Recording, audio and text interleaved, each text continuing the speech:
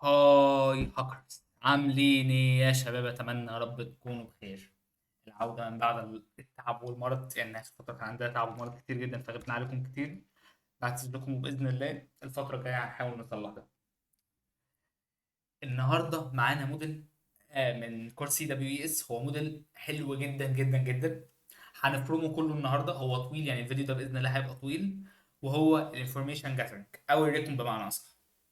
هناخد كل خطوه خطوه كده، عايزك تمشي معايا وباذن الله تطلع من الموديل ده عامه ما عندكش مشكله في الانفورميشن جاذر، ناقص لك بس التطبيق العملي مع شويه معلومات من الجنبين كده في التدوير، وكده تبقى ظبطت الجزء بتاع الريكون ده خالص. تعال نتوكل على الله ونبتدي يا هندسه. اول حاجه، احنا بنستفيد ايه من تجميع المعلومات ومن الريكون عامه؟ اول حاجه يا معلم، انت بتحدد كل حاجه عن التارجت بتاعك. سواء التارجت بتاعك ده شخص، التارجت بتاعك ده مثلا مؤسسه كشركه. لو انت قررت تخترق حاجه عامه، شخص، مؤسسه، شركه، تخترق فرد في مؤسسه عامه. تجميع المعلومات هي البنيه الاساسيه واهم مرحله ممكن تكون، واكتر مرحله هتاخد وقت. يعني اقول لك على حاجه، في حاجات انت لما بتيجي تخترقها ممكن تاخد منك شهور في مرحله تجميع المعلومات، لان غير كده بيبقى سهل. يعني اقول لك على حاجه، شركه اوبر من كام سنه حصل لها محاوله اختراق. بسبب ايه؟ بسبب تجميع المعلومات. لقوا ان في موظف عندهم اتعرف عنه ان هو محب للسيدات، بتاع بنات يعني عامه. فعملوا عليه سوشيال انجينيرنج ان واحده معجبه بيه وكذا كذا كذا كذا. بعتت له لينك، دخل عليه، كان معاه صلاحيات واكسس على الشركه عامه. سرقوا منها الداتا بتاعت الموظفين كلها، وشركه اوبر كانت كتير بسبب الحوار ده. يعني فاهم الفكره؟ فتجميع المعلومات عن الشخص عامة، يعني أنا مثلا لو عايز أخترق شخص معين هجمع عنه معلومات. هعرف إنه بخيل ماديا فهخترقه إزاي؟ إن أنا مثلا عايز مثلا اللهم صل على سيدنا محمد، اللي أنا هديله حاجة هدية، هو أكيد هيبقى بخيل يعني طماع.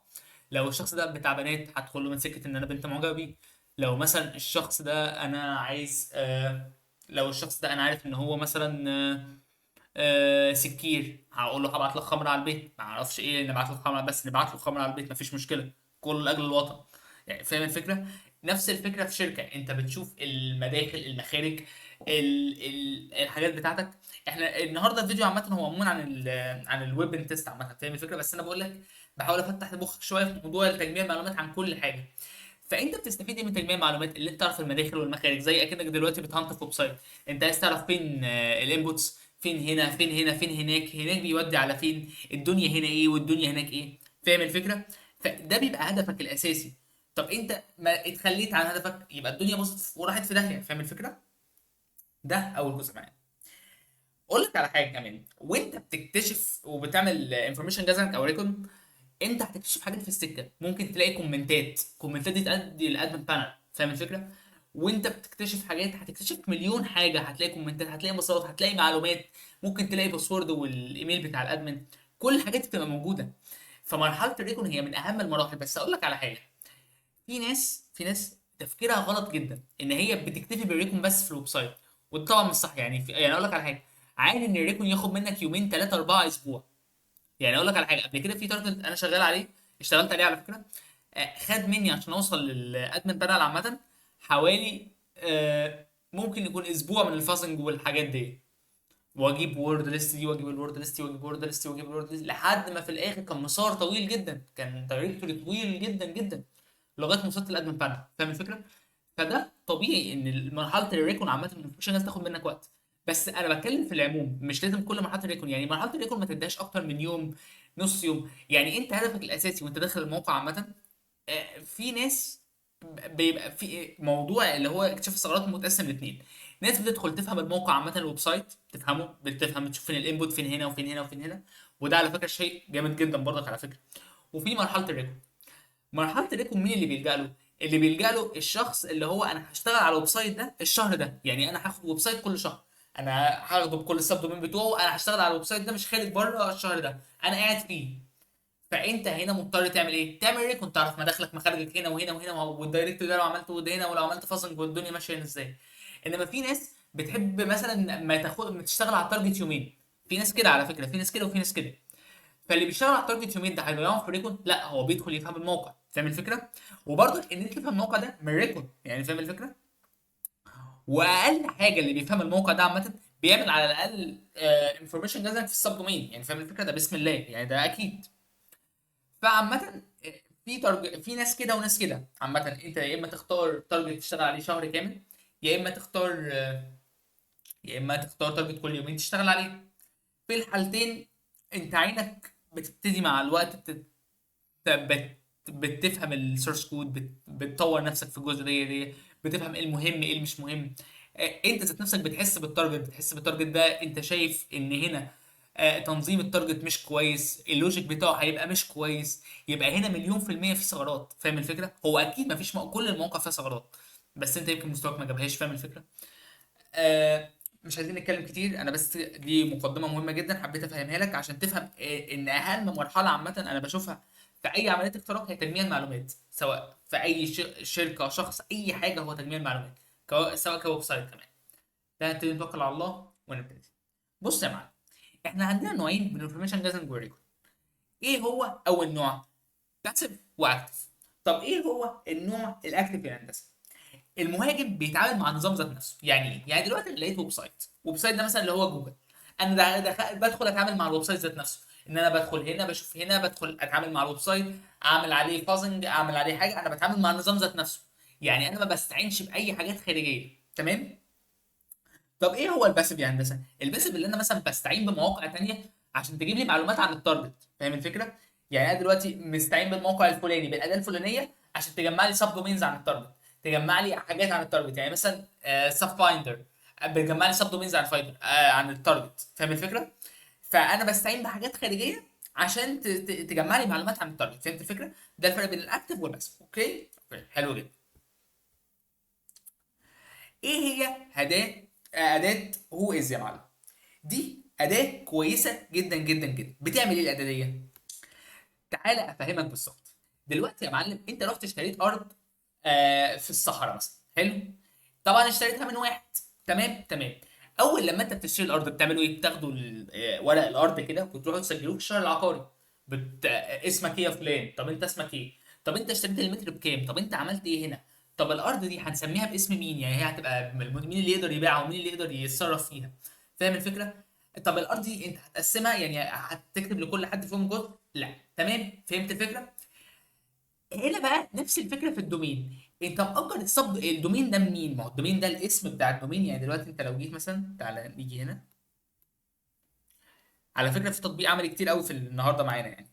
لو جينا هنا كنت دخلنا مثلا على فيسبوك، فيس، او دخلنا مثلا على اي حاجه، تعالى ندخل على بورت سوجر. تمام. عامه بورت سوجر ده بيبقى اسمه دومين عامه. تمام تمام. طب الدومين ده يا معلم، هل هو انت بتاخده مجانا؟ لا، انت بتأجره. تمام. يعني انا دلوقتي عايز الدومين اللي هناك ده فبأجره. فاهم الفكره؟ يعني دلوقتي اقول لك على حاجه، انت مش بتلاحظ ان في اختراقات عامه بتحصل في النوت باد بتاعتنا؟ انت دلوقتي مثلا لو اسم الشركه بتاعتك مايكروسوفت، مايكرو سوفت، مايكرو، حلو. تقريبا كاتبين او زياده. اه كاتبين او زياده. تمام. حته المايكروسوفت دي، واخد بالك انا بتكلم في ايه؟ ان ممكن الشركه تبقى هنا. فاهم الفكره؟ ان مثلا دلوقتي ده بيبقى الدومين الاساسي بتاع الشركه، فهو يقوم عامل لك مثلا دومين تاني مايكرو. يعني مثلا آه، احط مثلا كده، احط مثلا كده مايكرو سوفت. تمام. كاتبين حاجه غلط هنا. ماشي. في ناس هنا ممكن تتلخبط وتفتكر ان ده الايميل بتاع مايكروسوفت، ولو اتبعت لها لينك منه تدخل عليه عادي. فاهم الفكره؟ فالدومين ده بيتأجر. ففي محاولات بتبقى مثلا للاحتيال ان هو مثلا يجيب لك دومين تاني عامه في حرف او حرفين متغيرين. فاهم الفكره؟ فده طبعا هو ما عرفش يأجر الدومين الاساسي لانه متأجر، فأجر دومين قريب منه. فاهم الفكره؟ هي دي الفكره بالظبط. ان الدومين الاساسي ده بيتأجر يا معلم. وهو بيتأجر بيتكتب مين اللي مأجره. طب اتأجر بتاريخ ايه؟ طب اتأجر من مين؟ طب معلومات عنه كتيره جدا. تعالى ناخد مثال ونتوكل على الله. احنا هنرغي كتير ليه؟ تعالى كده ندخل على كلينكس بتاعنا. يعني تمام، واوريك مثال. هو اس. تعال بص يا معلم، واحده واحده كده. اول حاجه هيكتب لك الدومين نيم بتاع الموقع، تمام تمام. هيكتب لك بعد كده الدومين اي دي، مش مهم دلوقتي ايه الدومين اي دي. هيكتب لك التاريخ بتاع تسجيل الموقع، تمام. هيقول لك حاجات كتير عن الموقع، حاجات مهمة عن الموقع، اتأجر من مين، اتعمل من ايه. الحاجات دي بتبقى مهمة ليه؟ بتبقى مهمة في تجميع المعلومات. يعني انت عايز تشوف مثلا الشخص اللي اتأجر منه الدومين ده وتبحث عنه مثلا في لينكد ان، عايز تعرف الدومين ده فاضل له قد ايه ويخلص مثلا، عشان انت لو عايز تأجره بعد كده، لو هو مش بيتباع يعني، فاهمني؟ فالحاجات دي كلها بتبقى مهمة، يعني فاهم، المعلومات دي كلها بتبقى مهمة وبتفيدك على المستوى الطويل، تمام. حلو جدا. وبرضك هنا هتلاقي معلومات، يعني مثلا ممكن تلاقي ايميل بتاع الايميل الاساسي والحاجات، يعني في حاجات كتير هنا بتبقى مهمه. ممكن تلاقي ارقام التليفونات، يعني في رقم تليفون اهو، فاهم الفكره؟ فالحاجات دي ممكن تلاقي على فكره هنا في مسارات معينه. يعني قبل كده انا كنت بستخدم دي ولقيت مسار ادمن بانل على فكره، يعني كنت بهنت على تارجت في انتجريتي على فكره، تمام. فالدنيا هنا بتمشي كده في هو اس. حلو حلو جدا، تمام. طيب آه، تعال نبص كده بصه تانيه عشان لو في معلومات هنا زياده نشوفها برضك. بس عايز عشان بس التارجت ده انا مش عارف، انا مختاره عشوائي عامه، فمش لاقي فيه حاجات مهمه قوي. آه... مم. طب تمام، مفيش حاجه مهمه قوي هنا في التارجت ده عامه. هو ده التارجت اصلا اللي حلوا عليه لابات في هاكزا بوكس عامه. يعني فهو يعتبر تارجت وهمي شويه. انا مش عارف اصلا الدومين ده بتاع حاجه اصلا ولا مش بتاع حاجه. بس عامه تعالى نكمل. دلوقتي انا شرحت لك اداه، ايه هي اداه كويس، تمام. فين شرح الاداه؟ تمام. بروتوكول يستخدم للاستعلام عن قواعد البيانات التي تخزن معلومات تسجيل النطاقات والكلام الجميل ده، تمام. فيها اسم النطاق، معلومات المسؤول، معلومات الخادم، معلومات المسجل، معلومات التقنية والحاجات دي، تمام تمام. حلو جدا يا هندسة. تعالى نكمل. بص يا هندسة، زمان كانت معلومات صاحب الموقع عامة بتعرض بالكامل. يعني ايه بتعرض بالكامل؟ يعني كل حاجة حرفيا بتتعرض على النت. يعني في 2000 مثلا، نقول 2005 6 7، الويب سايت عامة معلومات صاحب الموقع كانت بتتعرض بالكامل. وطبعا دي كارثة. طب ليه كارثة؟ لأن دلوقتي انا دلوقتي عايز اخترق شخص، انا بتعب جدا عقبال ما اجيب عنه معلومات على قد المصادر اللي معايا والوسائل اللي معايا. فدلوقتي انت لما تديني المعلومات كلها على طبق جاهز في كتاب في فايل مقفول، زي ما يكون فايل جاي من امن الدوله، فدي كارثه طبعا، فاهم الفكره؟ ده كان زمان، انما دلوقتي الموضوع طبعا مش كده خالص. يعني الموضوع مختلف جدا عن زمان. طب انا يا معلم هستفيد ايه من هو از دي الاداه اللي اسمها هو از دي؟ بص يا معلم، اول حاجه هتستخدمها في السوشيال انجينيرنج. يعني ايه انت هتعرف صاحب الموقع فين، هتشوف مين مثلا. لو انت مش هتعرف تخترق صاحب الموقع، هتخترق اخته، هتخترق اخوه، هتخترق شخص قريب منه، هتخترق مراته، ومن مراته توصل ليه هو، فاهم الفكره؟ فانت بتبقى سوشيال انجينيرنج عامه، تشوف مثلا الموظفين اللي عنده في الشركه وتمشيها هرم كده، فاهم الفكره؟ تمام. تاني جزئيه مثلا، مثلا بتفهم البنيه التحتيه من خلال النيم سيرفر مثلا. تالت حاجه بتتبع التاريخ بتاع السيرفيس نفسه او الموقع ذات نفسه، هو جه منين واتاجر منين وراح فين وهنا وهنا وهنا، والدنيا هنا ماشيه ازاي. فهمت الفكره؟ تمام معاك. تعالى نكمل. يعني ايه عمليه دي ان اس؟ ثانيه بس، انا هوقف الفيديو واشوف هل في لاب يتحل على الجزئيه دي ولا مفيش لاب. ثانيه واحده. طالبين هنا يا هندسه في لاب لقيته عن الحل دوت. تعالى نجربه كده. هو اس باي بال، هو مطبقين على باي بال هنا، مش هنكتبها. باي بال، ايوه كده، تمام. هم طالبين الاي ان اي. فين هو؟ اي ان اي، تمام.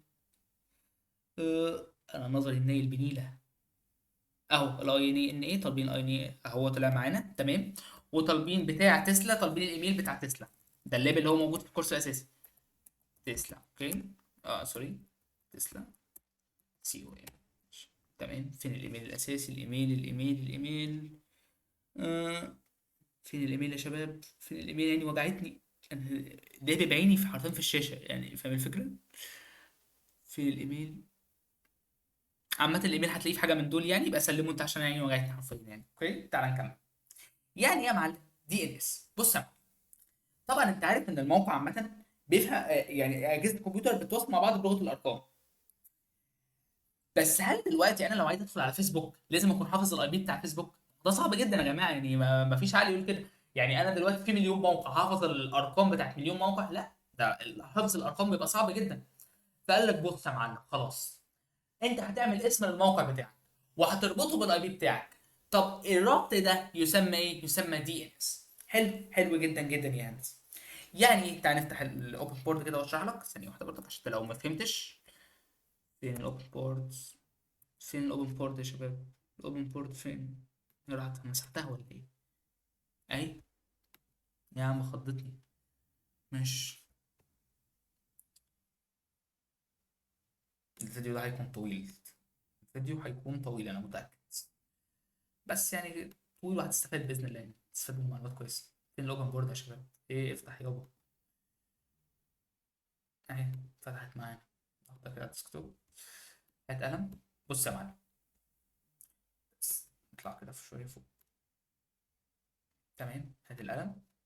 لو دلوقتي احنا عندنا الموقع الفلاني، هل انا عشان اروح للموقع ده، يعني انا دلوقتي صلي على النبي، انا دلوقتي لو انا مسافر امريكا، تمام، سافرت امريكا وانا في نيو جيرسي، رحت رايح على نيويورك في مكان معين، هل انا المفروض مني لما سواق الاوبر يجي ياخدني يوديني المكان، هقول له بص انا هديك احداثيات ارقام وانت توديني عند المكان ده، وانت المفروض تفهم الاحداثيات دي من غير ما تستعمل اي حاجه؟ قال لي انت عبيط ولا ايه؟ ما اكيد هيشتمني، ده مليون في الميه، يعني الراجل هيبقى عرقان في الحر بتاع القرف ده. لا، يقول لي العنوان. هو ده بالظبط نفس الفكره. هو الكمبيوتر بيفهم ايه؟ الاي بي. انت هتسميه الاي بي ده باسم معين. طب العمليه دي كلها اسمها ايه؟ اسمها دي ان اس. حلو، حلو جدا. تعال نمسح القرف اللي احنا عملناه ده كله وتعالى نكمل يا هندسه. دي بس على جنب عشان ما نزودناش. ماشي، تعالى نكمل. تعالى نشوف الدنيا بتمشي ازاي. اقول لك على حاجه. انت اول لما بتدخل اي بي معين، يعني مثلا اقول لك على حاجه، انت دلوقتي فتحت الموقع مثلا، تعال نشوف كده. لو جيت هنا دلوقتي، فتحت موقع معين، اول حاجه الكمبيوتر بيدور عليها ايه؟ بيدور في اللوكال هوست بتاعك. يعني ايه اللوكال هوست؟ تعالى اوريك بقى. بص يا معلم، اعمل كلير. بص يا معلم، كات اي تي سي هوستس فكك من دي. تمام. بص يا معلم، دي اسمها لوكال هوست. اللوكال هوست دي بتبقى حاجات موجوده على جهازك، يعني ده بيبقى كأنك جهاز محل. تمام، فاهم الفكره؟ فانت اول لما تدخل مثلا موقع معين، الموقع تلقائي بيروح يجيب الاي بي. قبل ما يدور على الاي بي في النت عامه، بيروح لللوكال هوست ده، بيشوف الاي بي، هو الاي بي ده موجود في الملف بتاع هوستس ولا لا. طبعا هو موجود برضك في ويندوز، يعني فاهم الفكره، هو بس شغال على لينكس عشان اسهل عامه. فهمت الفكره؟ يعني اول حاجه انت دلوقتي بتدور على حاجه معينه، يعني دلوقتي دخلت هنا دورت على مثلا على فيسبوك. فيس بوك. تمام. الموقع اول لما انا دورت على فيسبوك، هل هو دخلني على فيسبوك بالظبط؟ لا، ده راح جاب الاي بي بتاع فيسبوك. تمام. قبل ما يروح يوديني ليه، كل عمليه طبعا بتحصل في جزء من الثانيه، يقوم رايح بسرعه يجري على طول يعمل ايه؟ يدور في ملف اللوكال هوست. هو معاه الاي بي بتاع فيسبوك، طب يشوف هل الاي بي بتاع فيسبوك موجود في اللوكال هوست هنا. هيشوف بقى، لو موجود هيدخلني عليه. طب لو مش موجود يا معلم، هيدخلني بقى عليه على النت، هيروح يتصفح ويجيبه لي. حلو، حلو جدا. تعالى نكمل يا هندسه. الكلام هنا بقى حاسه عميق شويه كده، يعني عامه بحس البي دي افات بتاعتي عميقه مش زي الشرح بتاع يعني ربنا يكون في عون الشخص اللي بيكسل يسمع الفيديوهات ويقرا البي دي اف. والله ربنا يكون في عونك، انت فايتك كتير بربنا يعني. تعال نكمل.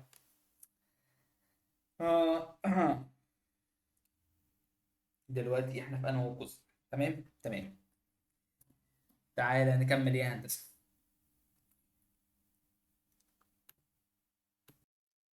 تعالى نكمل يا هندسه. طبعا انا عايز اقول لك لا تطفي المروحه عشان ما تعملش صوت في المايك. فانا حرفيا قاعد بسيح كل فيديو بقول لك نفس الجمله، يعني فاهم، ربنا يرزقنا بتكييف معانا. تعالى نكمل. لا احنا لسه هنا، اعتقد ان احنا لسه هنا شويه. تمام، تمام. بص يا معلم، عندنا حاجه اسمها دي ان اس ريكون. يعني ايه؟ تعالى بس ندخل على كلينكس كده ونكتب ديك مثلا، اي موقع من المواقع. تمام، تمام. ديك عامه هي اداه ايه؟ دي اولا عمليه اللي هي دي ان اس ريكون، هي خطوه مهمه جدا في عمليه الريكون عامه. وبتكشف لك حاجات مخفيه زي بيت التطوير ومسار الادمن وخدمات خارجيه، وعشان تفهم البنيه التحتيه بتاعت الموقع. تمام. ودي عامه انا بستخدمها في ايه عامه يعني بالخلاصه الكلام الحقيقي اللي انا بجيب بيها اي بي بتاع الموقع على طول يعني بكتب ديج مثلا تقريبا سيلف سيب شورت مش عارف ولا والله ما فاكر موجب شورت تقريبا او موجب شورت وكده بتجيب لك الاي بي على طول بتاع الموقع. تمام حلو جدا يعني ده بصراحه ده اعتمادي عليها عامه. تمام تمام. في حاجه تانيه اسمها كيرل. تمام بص كيرل مثلا لو انا جيت دلوقتي كده سي او ام. تمام هتجيب لي السيرفر بتاع الموقع هتجيب لي حاجات كتيره جدا مهمه بتاعه الموقع. طب انا هستفيد ايه لو جبت السيرفر بتاع الموقع اللي انا مثلا لقيت هنا هكتب هنا لقيت هنا مثلا عرفت السيرفر ده. تمام نروح هنا جايين باحترام شديد جدا نقوم جايين هنا كاتبين كده فول vulnerabilities. تمام وادور على ثغرات موجوده في السيرفر ده. فاهم الفكره؟ والثغرات طبعا هتتقبل لان هي في السيرفر. فاهم الفكره؟ تمام تمام حلو جدا جدا جدا. تعالى نكمل. انا قلت لك طبعا حاجتين مهمين دلوقتي اتمنى تكون فهمتهم. يعني اداه ديج عامه دي ممكن تجيب لك مسار الادمن تجيب لك حاجات مخفيه فمهمه جدا برضه تستخدمها.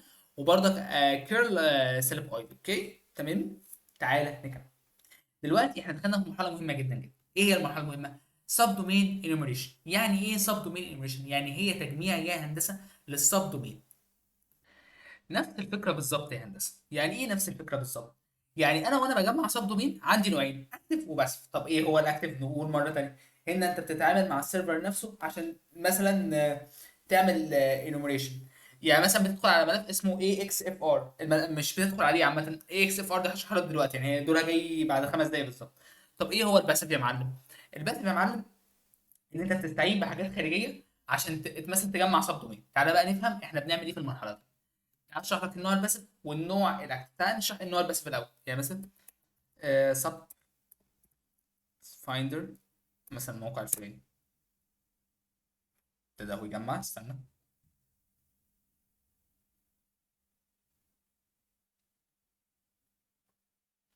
بيطلعوا السب دومين. لا اله الا الله. تمام تعال نروح النوع التاني. طيب عقبال ما ده يجمع هنكتب مثلا هنا سب دومين سب دومين انيوميريشن. تمام حلو جدا. سب دومين انيوميريشن. تعالى هنا عايز اي حاجه سب دومين انيوميريشن. مفيش هنا سب دومين انيوميريشن. كان في هنا موقع كتير كان سب دومين انيوميريشن. فين يا شباب؟ مش هنا. كان في هنا مليون موقع بيعمل سب دومين انيميشن يا شباب. اي ده مثلا اهو بتدي له الموقع مثلا لو ادينا له سيسكو سيسكو COM طلع لك السب دومين بتاعتها. وهنشوف ده دي لسه ما طلعتش سب دومين مش عارف ليه. ماشي.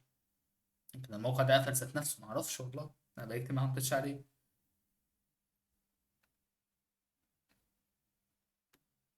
النت فيه مشكله ولا ايه؟ يعني النت شغال مش عارف. هم حظنا وحش ليه كده في ايه؟ تعال نكمل عامة. بس عامة انت فهمت يعني اهو الموقع طلع معانا. حلو جدا. دي عملية السب دومين. في حاجات كتير بتعمل سب دومين طبعا اللي هو سيكريت فايندر وسب فايندر وحاجات كتير يعني مليون حاجة بتعمل سب دومين. عامة أنا بس كنت عايز اشرح لك الفرق بين الاكتف والباسف. طب عملية تجميع السب دومين دول انت لما تيجي تجمع سب دومين دي حاجات بقى من عندي مش هشرح لك انا بس ملتزم بمحتوى الكورس بس عايز اشرح لك شوية حاجات كده من عندي. بص يا معلم. ايه اول حاجة تعملها لما تجمع سب دومين؟ انت هتيجي هنا تفتح اللي هو اوبن مالتي دوا URL. تعالى وتاخد مثلا كوبشه من هنا. حلو كوبشه تاخد مثلا حبه كده حلوين وتقوم عامل كوبي. انا عامه كنت بصفيهم يعني بس عامه ده مش وقت هو مستقره في الكورس حكايه التصفيه دي. تتاكد مين شغال ومين مش شغال وتفتح. تمام. اللي شغال فيهم بتسيبه واللي مش شغال بتنطره ابلكاش على طول يعني. يعني فاهم الفكره؟ في هنا فيهم حاجه شغاله تقريبا كلهم مش شغال. اه في واحد شغال اهو ونعتبر ابلكاش برضه مش عارف ليه. تمام اوكي اوكي اوكي ماشي ماشي شغال شغال شغال. طيب يعني الواحد الوحيد اللي كان شغال احنا نفرناه عامة. اوكي. تعال نكمل يا هندسة. اهم حاجة بس اللي انت فهمتني. انت لما تلاقي جمع سب دومين عامة انت بتعمل نفس الحركة. نفس الحركة بالظبط. حلو حلو جدا. تعالى نكمل يا هندسة. في برضك معانا يعني برضك هو اللي ذاكرها في الكورس عامة DNS. تعالى نعمل كلير DNS UM. تمام سالب سالب اي ان يو ام. تمام. اي دومين مثلا نحط بايبان. باي بان نقطة سي او ام. تمام. سالب اف. بس ده محتاج وورد ليست عامة للسب دومين. تعال نشوف كده احنا عندنا وورد ليست ايه. هنا اس عندنا حاطين هنا. طب تعالى ندخل سي دي داونلودز. داونلود بس كده اس. تمام. عندنا واحدة هي كويس. اوكي تعالى ناخدها كوبي كده. تمام. ماشيين كويس الحمد لله. اتمنى تكون انت معايا. انا عارف ان الفيديو هيبقى طويل شوية، بس على فكرة احنا كل ده لسه بنسخن في الفيديو، احنا ما قلناش حاجات كتيرة جدا منه. والموديل عامة محترم جدا. وايه تاني؟ نجرب كده. تمام. يبتدي يجرب يطلع. طلعه ابتدى يطلع النتائج. ماشي حلو جدا. ماشي حلو جدا وزي الفل ابتدى يطلع النتائج. ممكن طبعا نعمل بأداة فصل. تعال فصل مثلا سالب يوم. تدي على الموقع الفلاني HTTP. آه ثانية بس هنحط هنا فصل. نحط الدومين باي بال سي او ام. تمام. وندي هنا سالب سالب دبليو عشان تحط الورد ليست. عامة انت قلت اخترت الورد ليست دي فين؟ الورد ليست احنا كنا شغالين عليها.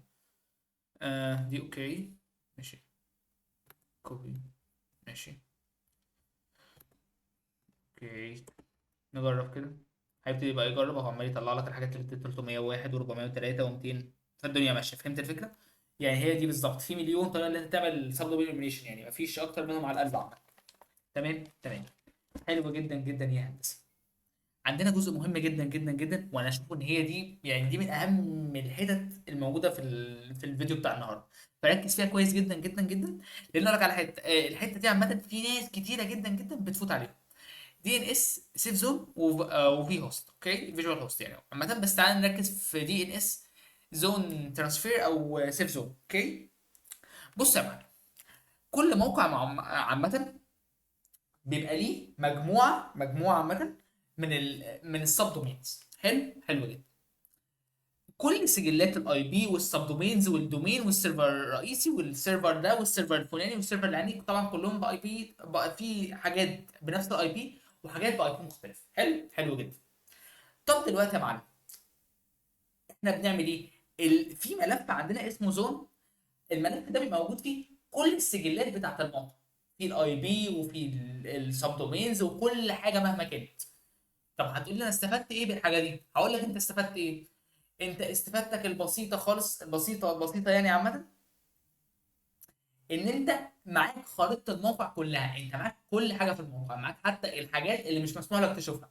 معاك كل حاجه بمعنى كل حاجه. معاك الحاجات اللي ما عندكش اكسس عليها، معاك السب دومينز اللي انت ممكن تعمل باي باس ويبقى معاك اكسس عليها، معاك كل حاجه حرفيا. معاك الحاجات اللي بيقول لك اكسس دينايت، معاك ده، معاك اللي هناك. معاك مثلا ان ممكن تلاقي ملفات، معاك ممكن تلاقي حاجات كتيره جدا. فاهم الفكره؟ هي دي تبقى اسمها الزون ترانسفير. تعالى قلت لك ان في حته هنا رجعناها اللي هي اي اكس اف ار. هي دي الاي اكس اف ار. انت بتبعت طلب عامه. الدنيا بتمشي ازاي؟ انت بيبقى عندك سيرفر اساسي وسيرفر ثانوي. طب ليه بيبقى عندك سيرفر اساسي وسيرفر ثانوي؟ عشان لو السيرفر الاساسي حصل فيه مشكله، السيرفر الثانوي يقول لك عنك يا رجوله انا اللي هشتغل دلوقتي بعد اذنك عدي. حلو. هي دي بالظبط نفس الفكره. عندهم كذا سيرفر برضك يعني فاهم. ويبقى طبعا كل سب دومين بيبقى شغال على اي بي مختلف، وفي برضك شويه سب دومينز شغاله على نفس الاي بي. مش مشكلتنا. حلو حلو جدا. دلوقتي يا معلم تعالى نفتح الاوبن بورد بتاعتنا. بص يا معلم، دلوقتي انت بتبعت طلب. تعالى بس نحرك ده شويه فوق كده. تعالى حلو جدا. بص يا معلم، انت دلوقتي بتبعت طلب. السيرفر الثانوي بيبعت طلب بيقول له انا عايز ملف الزون. حلو حلو جدا. وملف الزون ده بيبقى اسمه ايه؟ اكس اف ار. ايه اكس اف ار ده اللي فيه كل حاجه. ده بيبقى اسم الطلب اصلا يعني. الملف نفسه اسمه زون. فيقوم الموقع عامه باعت لك كل حاجه. تمام. يبعت لك كل السجلات وكل حاجه، وبعد ما يخلص يكتب لك ده دي او ان اي. مش لازم اكتبها يعني، ما اكيد انت عارف حروفها. يعني انت اكيد مستواك في الانجليزي اعلى مني بمراحل. حلو حلو جدا. تعالى نمسح العك كده كله بقى. دلوقتي زمان يعني عامه من حوالي كده اقول من حوالي 15 سنه كان المواقع بتسمح لاي حد حرفيا ان هو ياخد ملف الزون ده، يعني فاهم؟ لان برضه اختراق الويب ساعتها كان بسيط، ما كانش قوي زي دلوقتي. فاهم الفكره؟ ما كانش في كميه مواقع الويب الموجوده دلوقتي عامه. فاهم الفكره؟ بس دلوقتي طبعا مش بيسمحوا لاي حد ان هو يشوفها. حلو، حلو جدا. تعالى نكمل. في مواقع بتغلط، وعلى فكره هو بنسبه 99% ان انت مش هتلاقي الموضوع ده، بس ما تنساش ان في نسبه 1% موجوده ان انت ممكن تلاقي الموضوع ده، ان انت تطلب الملف عن طريق الامر ده. طب بتمشي ازاي؟ تعال. هتعمل مثلا ديك، وفي لاب اصلا على النقطه ده وهنحله دلوقتي. ديك مثلا اي اكس ار، هتعمل كده. هنا هو اللاب هنا حاطط لك اي بي تحطه، بس الشغل الواقعي اللي انت هتحط اسمه إيه دوت الان اس بتاع الموقع. تعالى اجي اوريك بتجيبه ازاي الان اس بتاع الموقع. يعني انت مثلا هتشتغل على الموقع الفلاني، اوكي؟ خده كوبي.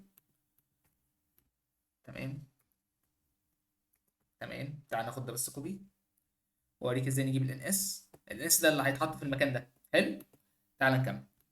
تعالى بس اوريك ازاي تجيب الان اس. تمام، تمام. هنحط هنا ديج. لا مش هنحط ديج تقريبا.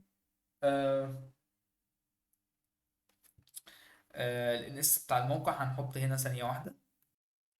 هتقول لي ايه هي الان اس اصلا؟ الان اس دي بتبقى السجلات بتاعت الموقع ذات نفسها. حلو، يعني دي بتبقى السجلات بتاعت الموقع. حلو. فازاي يجيبها؟ هتبقى بتيج. تمام. هتبقى اكتب ان اس، ومثلا تعالى ناخد الدومين ده، بس نخليها كوم عشان ده اصلا دومين اللاب. اوكي، ماشي. سي او. اوكي. ممكن تعملها بشكل تكتب هنا شورت لو انت عايز الاجابه على طول.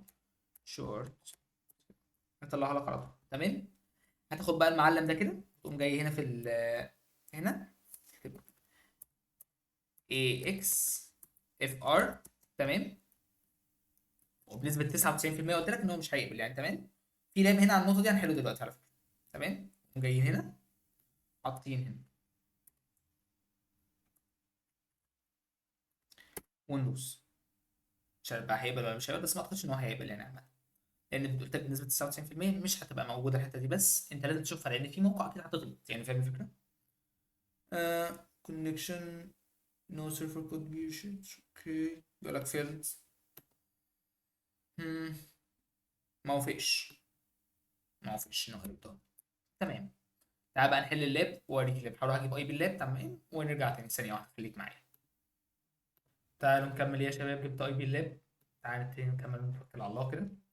تمام. هنشيل الجزء ده كده. تمام. نقوم حاطين الاي بي. تمام. طيب من عندك دي حاجة بوكس. اوكي. نشوف هيوافق ولا مش هيوافق. بسم الله.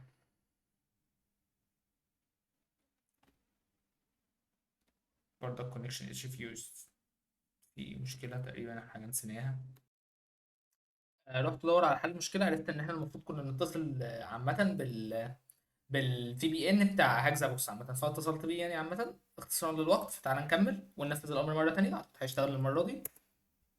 اه اشتغل معانا الأمر زي الفل الحمد لله. نفس الأمر بالظبط اشتغل، بس هو الفرق بس اللي كان لازم اتصل بالدي ان اس عامة، بالفي بي ان عامة بتاع هاكزا بوكس. اوكي، اوكي. وطلع معانا الحاجات دي. طبعا هو جايب لك أسئلة على الحاجات دي عشان تظبطها عامة. تمام، تمام. بس زي ما قلت لك الملف ده عامة اللي هو الزون هو مش هيديهولك بنسبة 99%، بس في 1% هيديهولك، عشان بس ما تتعشمش في النقطة دي. تعال ندخل على اهم حته معانا النهارده. انا عمال اقول لك كل شويه على الحته دي اهم حته عشان تركز معايا، بس تعال نكمل. ايه هو يا معلم الفي هوست؟ بص يا معلم، بص يا معلم. انت دلوقتي لو كتبت في الموقع وعايز تدخل على اي بي معين، يعني دلوقتي عايز تدخل على موقع معين عامه، الدنيا بتمشي ازاي؟ تعال اوريك الدنيا بتمشي ازاي. تعال نطلع القلم بتاعنا. بص يا معلم، انت اول حاجه اول حاجه بتكتب الدومين بتاع الموقع. الدومين. تمام. بعد ما بتكتب الدومين، الدومين ده بيحصل له ايه؟ بيروح للدي ان اس. طب بيروح للدي ان اس ليه؟ عشان يجيب الاي بي بتاع الموقع. يروح فين الاي بي؟ يديله الاي بي. تمام، تمام. انت وقفت هنا عند مرحله الاي بي. بعد الاي بي في مرحله اسمها ايه؟ اسمها ويب سيرفر. تمام، ويب. سوري. ويب سيرفر، ويب سيرفر. تمام. طب بعد مرحله الويب سيرفر دي، لا بعد مرحله الايه، احنا هنا مشكلتنا اصلا. هقول لك على حاجه. في مواقع يا معلم يعني كذا، يعني مثلا دلوقتي انت عندك شركه اسمها سيسكو. تمام. شركه سيسكو دي عندها 5 سب دومينز، الخمسه سب دومينز هي مأجره ليهم اي بي واحد. تمام. طب دلوقتي انا عايز ادخل على اي بي معين فيهم، خلاص كتبت اسمه، كتبت الدي ان اس، كتب الاي بي. تمام. طب ما الاي بي بتاعهم واحد، دلوقتي اللي هيفرق ما بينهم ايه؟ حاجه اسمها الهوست هيدر. هوست هيدر دي بتتبعت في الطلب، لو انت بتفتح بيرب سويت هتلاقي حاجه اسمها هوست هيدر. هوست هيدر دي بيكتب لك الموقع اللي انت عايز تدخل عليه، السب دومين مثلا اللي انت عايز تدخل عليه. فالاي بي يكون معاك الاي بي، الاي بي يروح يقول طب انا هدخل لمين فيهم؟ اه خبر ده في خمسه قدامي، 5 باب قدامي. يروح الباب اللي هو مكتوب في الهوست هيدر دي يشاور له بيقول له تعالى هنا، انا دول انا، تعالى تعالى، فيروح عنده. فهمت الفكره؟ هي الفكره كده بالظبط. حلو، حلو جدا جدا. طبعا انت ممكن ما تكونش فاهمني، فتعالى نمسح بس الشخبطه اللي احنا عملناها دي، نمسحها كلها كده ونروح نكمل شرح واوريك الحكايه دي بالظبط. آه لازم الواحد يجيب اللي هو لما باذن الله لما اتطور هجيب اللابتوب ابو قلم ده عشان ابقى ارسم لكم خط كويس، عشان كده مش هينفع بصراحه. تعالى نيجي مثلا هنا، نضيف مثلا كيرل، بدل ما نفتح بيرب سويت عامه. بص، مكتوب هنا هوست هيدر، مش مكتوب هوست هيدر، مكتوب علينا نفتح بيرب سويت. اكست ماشي، يعني في ده. تمام. فين بيرب سويت؟ اوكي. تمام. turn here جافا، نقوم جايين كده داخلين عليها، تفتح معايا دلوقتي. هي فين؟ نصران. معلش بس انا مش عايز يكون في جزء، بس انا هقفل الفيديو لغايه لما البيرب سويت تفتح عشان ما اطولش وقت الفيديو اكتر ما هو طويل اصلا. تعالوا نكمل يا شباب، البيرب سويت فتحت معانا اهو. تعالى نكمل. تعالى نفتح فايرفوكس، ندخل على اي حاجه نوقفها كده. مم،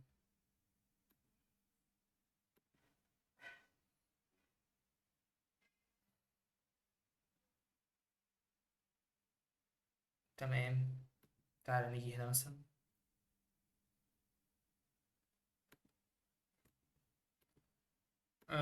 ندخل على الفيسبوك مثلا. فيسبوك.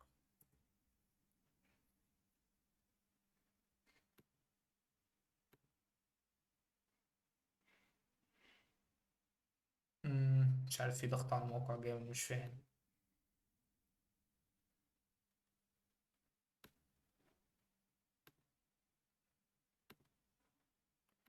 معلقت عليها جامدة مش عارف. كان ستارت كده. اي طلب وقف يا شباب، اي طلب، عايز افرج الناس.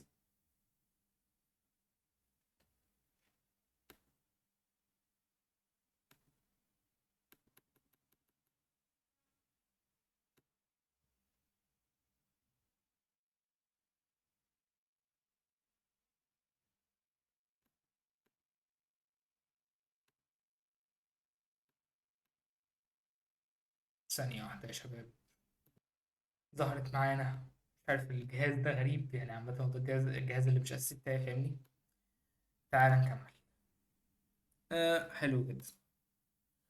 بص يا هندسة، منورة عندك اهي، دي هي الهوست.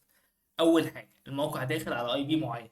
تمام. الاي بي دلوقتي هيلاقي 5 تبقى في وشه، اروح فين اروح فين؟ هيلاقي الهوست منور في وشه، فهيلاقي ان هو ديسك كده، فيقوم داخل على الهوست على طول. فهمت الفكره؟ تمام. بص يا معلم، دي اهم جزئيه معانا النهارده، ودي فعلا اهم جزئيه معانا النهارده، هي بدون والله تطبيل، لا دي فعلا اهم جزئيه معانا النهارده. في حاجه عندنا اسمها في هوست يا هندسه. يعني ايه في هوست عامه؟ سيبك من يعني ايه في هوست، او هقول لك يعني ايه في هوست دلوقتي، بس المهم دلوقتي ايه اللي يقدر يعمله الفي هوست ده.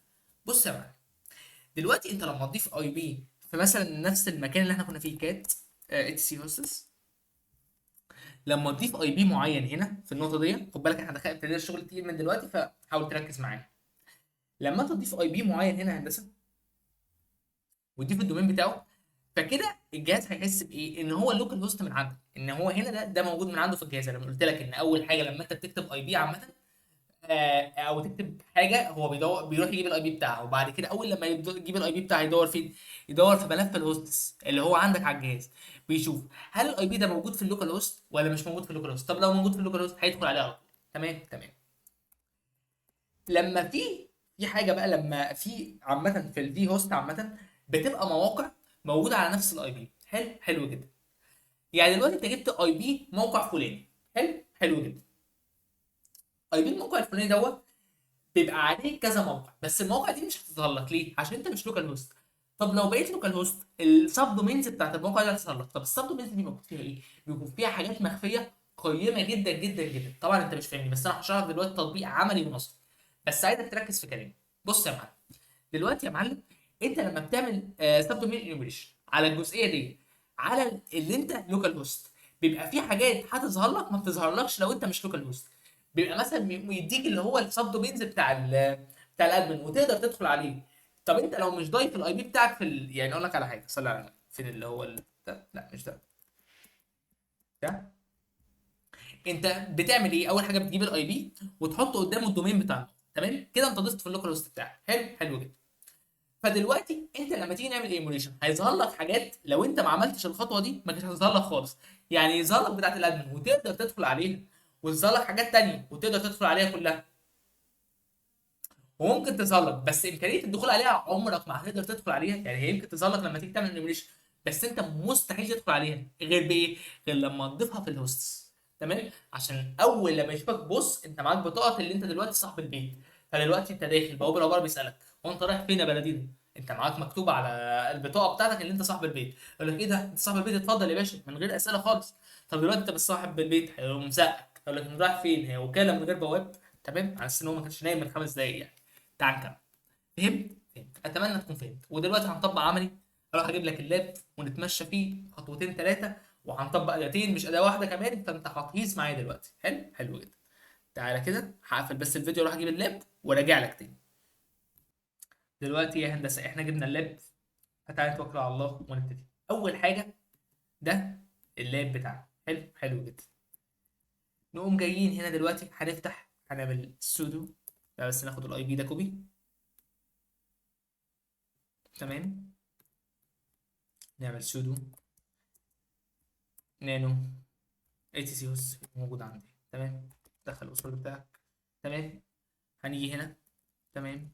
وانا كنت طالب بس الدومين اصلا اللي هو بتاع الموقع. تمام. قوم ضايفين هنا بيست. اوكي. تعالى نمسح دي دلوقتي، كده كده دي مش مهمه، بس اهم حاجه نضيف الدومين بتاع الموقع اللي احنا ضفناه ده. تمام. ايه هو الدومين بتاع الموقع؟ اللي هو ده. حلو. حلو جدا جدا يا هندسه. ونحفظ. حلو جدا. دلوقتي يا هندسه هنعمل ايه؟ هنعمل سب دومين انيميريشن بعد ما ضفنا عامه ده في في اللوكال هوست عامه. حلو، في الهوست. تمام. هتشوف هيطلع لنا ايه. هو برضك عنده اسئله، وانا هقول لك الاسئله عامه وانت تبقى تجاوب عليها برضه، عشان تبقى واخد نفس الخدمه كامله بالظبط. اوكي. تبقى هنستخدم اداه اسمها جو بوستر. تمام. جو بوستر في هوستس. تمام. آه... ده بس هو البورت اللي احنا شغالين عليه. البورت طبعا احنا جايبينه من اللاب عامه. فين هو؟ اهو. 3 2 1 3 6. طبعا انت لو حاولت تدخل على اللاب ده مش هتلاقيه، لان اللاب ده اصلا بيقعد ساعه، فاهمني؟ فقبل ما تدخل عليه مش هتلاقيه. تمام. تعال بس ندخل على السي دي داونلودز. خد نفس الامر وطبق.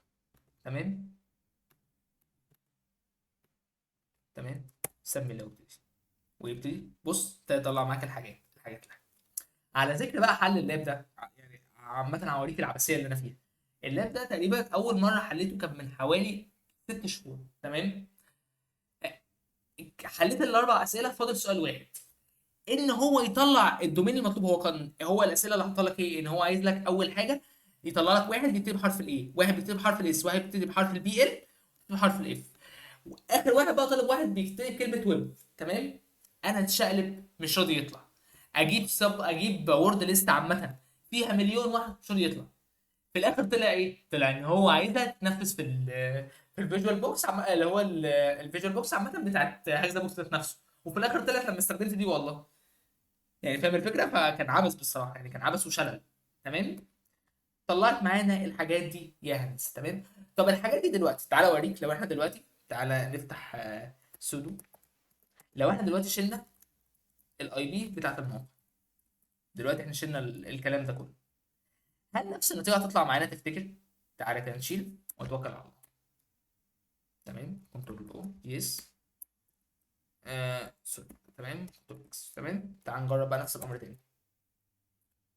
بص ما طلعش معانا حاجه. فهمت الفكره؟ مع انه كان بيطلع. تعالى بس، يمكن انت ممكن تفتكر ان المشكله في البورد اللي احنا حاطينه، بس المشكله مش في البورد. تعالى اهو. شيل. حط. ما طلعش معانا حاجه. حلو. حلو جدا جدا كده.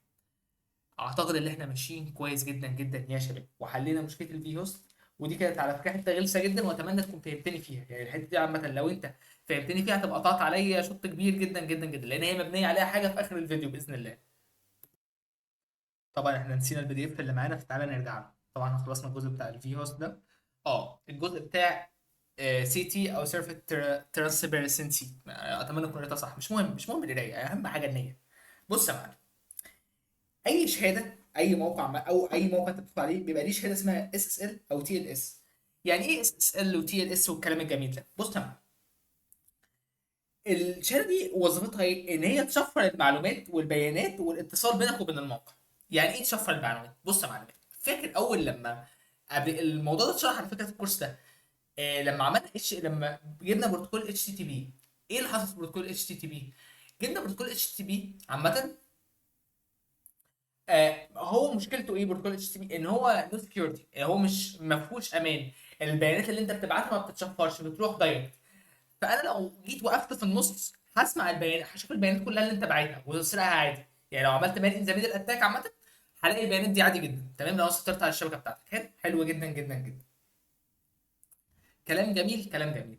في الموقع قال لك ايه؟ بص احنا هنعمل اتش تي تي بي اس. اتش تي تي بي اس نفس البروتوكول عامه، بس نضيف له شويه امان. امان شويه. فالبيانات اللي مبعوثه بتبقى كلها مشفره. تمام. تمام. يعني ايه مشفره؟ يعني دلوقتي انا لو جيت هنا، انا دلوقتي بسجل دخول وكتبت اليوزر نيم ادمن. مش كده؟ ادمن. وباسورد الدساس مثلا. تمام. هتتحول لحاجات تانية خالص. فاهم الفكره؟ فاهم الفكره؟ يعني دي هتبقى حاجه تانية ودي هتبقى حاجه تانية خالص بالتشفير.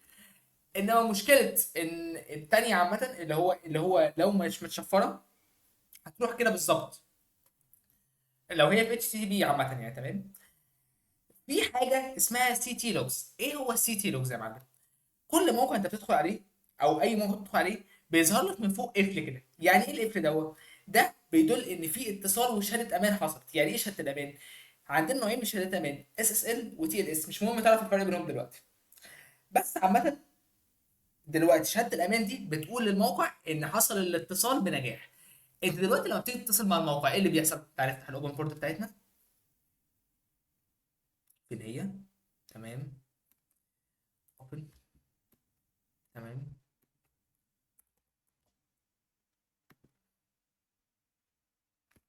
ثانيه واحده بتفتح معانا. فين؟ بص تمام. دلوقتي انت بتيجي تتصل بالموقع. اول ما بتيجي تتصل بالموقع، هي ده يعتبر ده الموقع. تمام. وده المتصفح. وده انت. انت عايز تتصل بالموقع، رحت متصل بالموقع. فاول حاجه هتحصل ان الموقع والمتصفح هيتستوا بعض ويشوفوا البيانات المبعوثه بينهم. يعني هيعملوا تيست صغير كده قبل ما يدخلوك. هيشوفوا البيانات المبعوثه بينهم، هل هي متشفره ولا مش متشفره، وهل هي امان وسكيورتي ولا مش سكيورتي. تمام. فشوفوا لو كده تمام تمام هيدخلوك. دخل بياناتك ودنيتك تبقى تمام جدا. تمام. تمام. في نفس الوقت ده، في نفس الوقت بالظبط، بتظهر حاجه اسمها شهاده. شهاده ان الموقع ده امن وان ده الدومين الرئيسي بتاع الموقع. لان افرض دلوقتي انت داخل على الموقع هو نصب، يعني دلوقتي داخل على مايكروسوفت بس في حرف متغير، في حرف متغير عامه. وطلع مش مايكروسوفت، طلع ان دي صفحه وهميه من تحت صفحه مايكروسوفت. تمام. تمام. اول لما ادخل عليه مش هيعمل لي علامه القفل دي. ليه مش هيعمل لك علامه القفل دي؟ لان عامه دي مش صفحه مايكروسوفت الاصليه. يعني اقول لك على حاجه، تعال ندخل هنا على اي موقع مثلا. سوري. لما تدخل على اي موقع عامه يا معلم، انت هينشئ الشهاده دي ليه؟ اولا عشان ياكد لك ان الموقع ده هو الاساس، هو ده الموقع الرئيسي اللي انت بتدور عنه واللي انت داخل له اساسي، يعني ده مش وهم. تاني حاجه، ان الاتصال بتاعك يكون عامه امن، يعني انت لو بعت بيانات تتاكد ان هي متشفره من الاتصال، فاهم الفكره؟ محدش في النص يقدر يشوفها، فهمت الفكره؟ حلو جدا جدا وماشيين كويس جدا. بص يا معلم، دلوقتي عملوا حاجه اسمها سي تي لوكس. ايه هي سي تي لوكس؟ اي شهاده الموقع بيصدرها عامه بتتسجل في مكان اسمه سي تي لوكس. طب ليه بتتسجل في المكان اللي اسمه سي تي لوكس ده يا معلم؟ هقول لك ليه. افرض مثلا اي هاكر بطريقه ما قدر ياخد الشهاده. يعني ايه ياخد الشهاده بتاعت الموقع؟ ما هو كل موقع انا بقول لك ان هو بيطلع شهاده امان ليه خاصه بيه. طب افرض الهاكر باي طريقه ما، مش بتهمني الطريقه، بس هو قدر ياخد الشهاده معينه. فكده هو دلوقتي لو عمل صفحه وهميه باسم الموقع وادى الشهاده دي للمتصفح، المتصفح ملوش دعوه باي حاجه، المتصفح ليه دعوه ان هو يشوف الشهاده. هو شاف شهاده الامان اللي انت مطلعها عامه، هقول لك رجوله اتفضل، ملوش دعوه باي حاجه، هو ليه شهاده الامان. فمجرد ما الموقع يشوف الشهاده، المتصفح قصدي يشوف الشهاده بتاعت الموقع، هيقول له اتفضل. فعملوا لك حاجه اسمها ستيلوكس. ايه هي ستيلوكس؟ ستيلوكس دي يا معلم بيتحط فيها كل الشهادات اللي بتتصدر للموقع. يعني اي موقع طلع شهاده هي موجوده هنا. الموقع ذات نفسه بيشغل 2 3 10 20 يراقبوا الستيلوكس دي. طب ليه بيشغل 2 3 10 20 عشان يراقبوا الستيلوكس دي؟ عشان لو لقوا ان في شهاده عامه، في شهاده عامه موجوده، هم ما اصدروهاش، هيكلموا ويقول لك بقول لك ايه، اقفل الشهاده دي بسرعه عشان دي شكلها محاوله اختراق. فيقوموا قافلين الشهاده، فيبوظوا اللي خد الشهاده دي، فهمت؟ يبوظوا محاوله الاختراق اللي هو خد الشهاده دي. فهمت الفكره؟ حلو جدا حلو جدا. طب ايه هو تعريف السيتي لوجز في الاخر؟ ده سجل عام بتتسجل فيه الشهادات، والموقع مشغل الناس كل شويه يبصوا على الشهادات دي، عشان لو لقوا حاجه عامه مش طبيعيه، او لقوا شهاده هم ما اصدروهاش يوقفوها فورا، عشان برضه تستخدم في محاوله اختراق وكده. ده يهمنا ده لان عندهم كل السب دومينز بسبب الشهادات الموجوده. فدي بنكتب اسمهم كلهم من هنا عن طريق، عندنا موقعين هي اللي بيساعدونا في ده، سي ار تي اس اتش وسي اي ان اس واي اس. تعال نشوف الموقع ده، اول موقع كده، سي ار تي بوينت اس اتش. تمام. في مشكله ولا ايه في الاتصال؟ ندخل على الموقع التاني طيب بالمره. سي اي ان اس واي اس. تمام. اوكي. مم. سجل دخول وبتاع. لازم نسجل دخول يعني عامة، عشان عندنا حاجات أهم في الكورس في الموديل ده عامة اللي أنا هشرحها مش هتضيع فيها وقت. أهو تمام. هتدخل الموقع الفلاني، تعالى مثلا ندخل هنا سيسكو بوينت سي او ام، وندوس سيرش. أنت بطيء جدا، أنت بطيء جدا يا أستاذ. مم. ماشي. احنا داخلين في كام في الفيديو دلوقتي؟ دلوقتي 53 دقيقة زي الفل. ماشي. قربنا نخلص كده كده يعني فاضل لها تقريبا نص ساعة. طبعا انت هتلاقيك قفلت الفيديو بعد 10 دقايق اصلا. انت اكيد منزل لك فيديو الساعه 10 بالليل وانت هلكان. تعالى نكمل. طبعا احنا شرحنا الجزء ده ووريت لك الموقعين، بس انا مستني احمله معانا عشان ابقى شرحت لك عملي نظري. بس هو المشكله الموقع بطيء جدا. بس عامه ما علينا، تعالى اهو طلعت معانا كويس جدا. تمام. حلو جدا. كل دي شهادات اتصدرت. في ناس بقى الموقع بيعينها، يطلع لك يشوف لك الشهادات دي ظهرت امتى، وميعاد الشهاده دي ظهر امتى، وايه اللي حصل في الشهاده دي. فلو لقوا شهاده غريبه طلعت للموقع، فايه اللي يحصل بقى؟ يقول لك بس ستوب، اقفل الشهاده دي فورا، لان دي اكيد مستخدم في حاله اختراق، لان مش هم اللي مطلعين. فاهم الفكره؟ هي دي الفكره بالظبط يا معلم. تعالى نكمل. ها. ماشي. ايه هي مرحله تحديد البصمه او فينجر برينتنج بي ال اي؟ تمام. دي يا معلم انت بتدخل الويب سايت، تجيب كل حاجه عن الويب سايت، الفاير وول بتاعه، السيرفر بتاعه، كل حاجه خاصه بالداتابيس بتاعته نوعها ايه، وكل حاجه خاصه بالويب سايت. طب ليه؟ يعني دلوقتي ده طبعا بيستخدم فيه اداه ووكلايزر مشهوره طبعا جدا. تعالى مثلا ندخل هنا على فيسبوك. تعال ندخل هنا على فيسبوك مثلا، تعال ندخل هنا آه تعال ندخل على فيسبوك. حلو جدا. في موبايلايزر، واذا ما احملها اوكي. امم طلع الحاجات التكنيكس بتاعتها.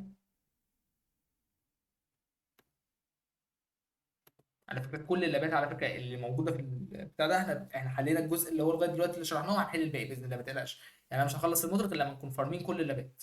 يعني الفيديو ده جاب يعني مثلا قعد ساعه ساعتين ثلاثه، انا مش هنام غير لما نخلصه باذن الله. وهنزله النهارده برضه. بس عشان مرحله التعب يعني عامه ما قدرتش اصور اليومين اللي فاتوا، فهو بس كان فيديو طويل شويه. تمام. عايزين نشوف حاجه اسهل من فيسبوك. تعال نشوف مثلا من اي حاجه. آه... اي موقع عامه، عايز اشوف موقع باك باونتي. طيب باك باونتي ويب سايت مثلا. تمام، باك باونتي ويب سايت، تعال نشوف ده. تعال نشوف ده، بس لا مش ده. ده مش باك باونتي بس اوكي. يعني شغال، مش سيء.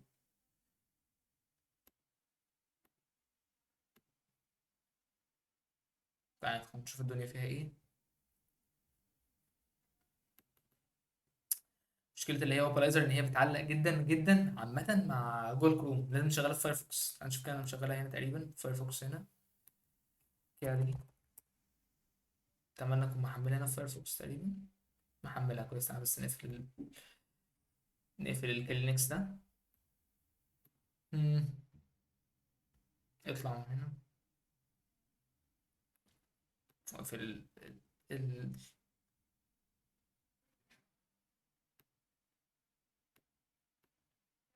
الدنيا معلقة جامد جدا. مم. لا اله الا الله. وتطلع لك هنا الحاجه بتاعت الموقع، تطلع لك نوع السيرفر بتاعتها، نوع الفاير وول بتاعها، نوع مثلا الداتابيس بتاعتها. يعني انت دلوقتي مثلا عرفت ان الداتابيس بتاعتها ماي سيكوال. طب ده هيفيدك بايه؟ ان انت مش هتجرب الثغرات بتاعت نو سيكوال. طب دلوقتي انت عرفت ان السيرفر بتاعها اباتشي مثلا 2.3. هتقوم جايب ايه؟ مدور على الثغرات اللي في اللي في السيرفر بتاع اباتشي 2.3 وتطبقها عليها. فاهم الفكره؟ هي الفكره كده بالظبط. تمام، حلو جدا جدا جدا. تعالى نكمل. وطبعا دي ادوات تانية بتستخدم برضك فيها وهتبقى مفيده يعني. تمام. ايه هو البانل؟ البانل هو الحصول على رد من خادم يحتوي على معلومات الاصدار. يعني ايه يا معلم الكلام الجميل ده؟ تعال ندخل هنا على انت هتدخل هنا ماشي.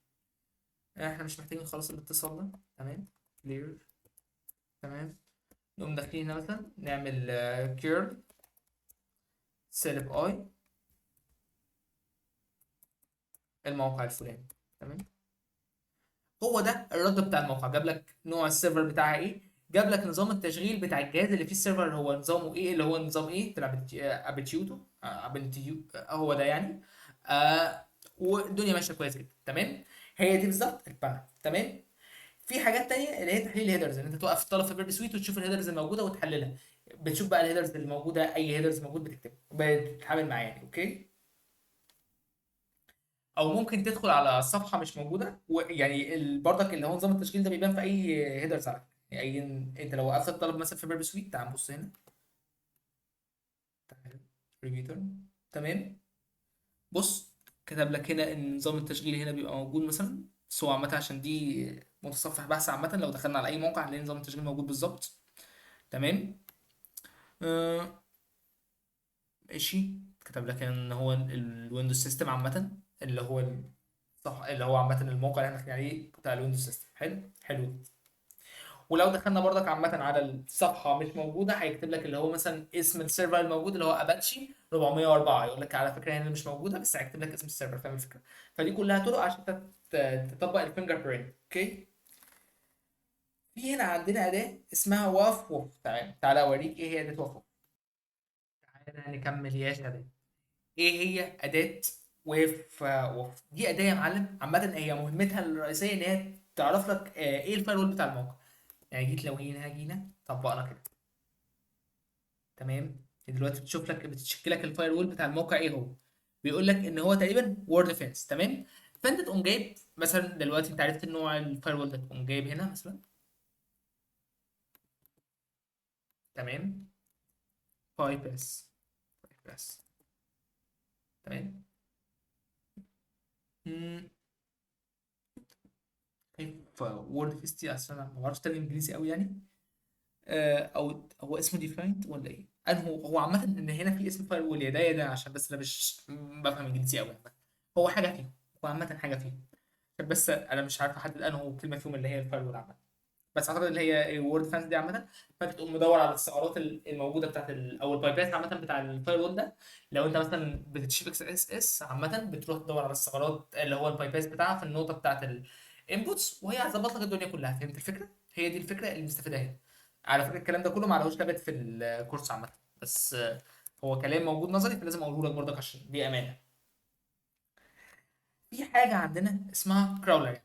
ايه هي الكراولر؟ تمام، اللي هي الزحف. بص يا معلم، افرض انت دلوقتي عندك موقع ويب معين مثلا. انت دلوقتي عندك موقع، اهو عندك الموقع ده. تمام. الموقع ده فيه صفحه وفيه صفحه وفيه صفحه. في اول صفحه فيها ثلاث صفحات، يعني دي فيها صفحه صفحه صفحه. ودي فيها خمس صفحات، واحد اتنين تلاته اربعه خمسه. كل دي طبعا مسارات مختلفه. واحد اتنين تلاته اربعه خمسه. تمام تمام. انت لو معاك تارجت مثلا متكون من موقع دومين و100 سب دومين، هل انت هتدخل على كل حاجه فيهم؟ لا. انت محتاج اداه عامه تعمل لك الموضوع ده. طب ايه هي الاداه اللي بتعمل الموضوع ده؟ يعني ايه اداه تعمل الموضوع ده؟ يعني هي اداه مهمتها الوحيده ان هي تدخل جوه الموقع عامه، تسحب فيه، تدخل فيه على كل حاجه، ما تسيبش فتفوته، تجيب لك كل حاجه بمعنى معنى كل حاجه. كل حاجه حرفيا بمعنى كل حاجه. طب لما تجيب لك كل حاجه بمعنى كل حاجه، ايه اللي يحصل بعد كده؟ اللي يحصل بعد كده يا هندسه، باختصار ان انت بيتحط الحاجات دي في ملف. بدل ما انت تدخل على كل حاجه يدوي، هي بتدخل لك على كل حاجه، تجيب لك كل حاجه في الموقع اللي انت اديهولك، تدخل لك على كل المسارات الموجوده في الموقع. طب ايه الفرق بين عامه بين الكراولر والفازنج؟ الفازنج عامه انت بتدور على حاجه مش عارف هي موجوده ولا لا. يعني انت بتدور، بتحط كلمات وبتدور على حاجه هي مش موجوده، مش عارف هي موجوده ولا لا. بس الكراولر يا معلم، الكراولر ده عامه هو شيء اساسي. يعني ايه شيء اساسي؟ ان انت بتدخل على الحاجات الموجوده في الموقع. يعني مثلا تعال ندخل على اي موقع هنا. آه، لو دخلنا مثلا على الموقع الفلاني، تعال اي موقع، اي موقع مهما كان. الموقع ده بص، في هنا مسار اللي هو برايسنج، نقوم داخلين عليه. جوه البرايسنج ده في حاجه اسمها جيفر، نقوم داخلين عليها. في مثلا عايز اشوف هنا اي حاجه ندخل عليها تانيه، ماشي. نقوم داخلين هنا مثلا. تمام. حاجه بتدخل ورا حاجه وكلها بتتحط هنا. الكراولر بقى هو بيدخل لك على كل حاجه، ما بيسيبلكش حاجه في الموقع. تمام تمام. طب ايه هي الادوات اللي بتعمل لك الكراولر ده يا معلم؟ بسم الله الرحمن الرحيم، اللي هي ريكون سبايدر. وفي اداه في بيربس سويت اسمها سبايدر بتعملها. يعني مثلا تعال نشوف اللي هي الاداه بتاعت بيربس سويت في اول حاجه. آه فين الاداه بتاعت بيربس سويت؟ عليها كويس. تمام. اكستنشن اب سبايدر. فين سبايدر؟ مش شايف سبايدر. فين سبايدر؟ سبايدر سبايدر سبايدر. كان في هنا اداه في بيربس سويت، مش عارف هم غيروا اسمها تقريبا. والله ما فاكر. انا فاكر ان هي كانت موجوده والله. تمام. يبقى غير اسمها. طب تعالى نبحث عن أداة سكراولر اللي هي عامة في بيرب سويت. كراولر. آه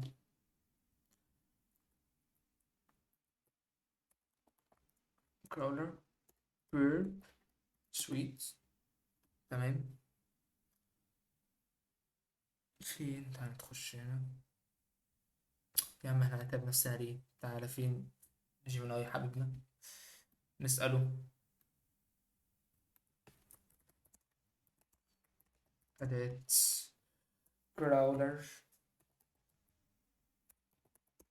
بيرب. على فكرة أنا ممكن أقفل الفيديو يعني وأعمل لك وأجيبها لوحدي، بس أنا عايزك تتعلم إزاي أنت بتدور على المعلومة وبتبحث عن المعلومة. أنت مش عارف معلومة عادي. أصل بص أقول لك على حاجة، السايبر سكيورتي مجال هو مقلبظ من كل حتة.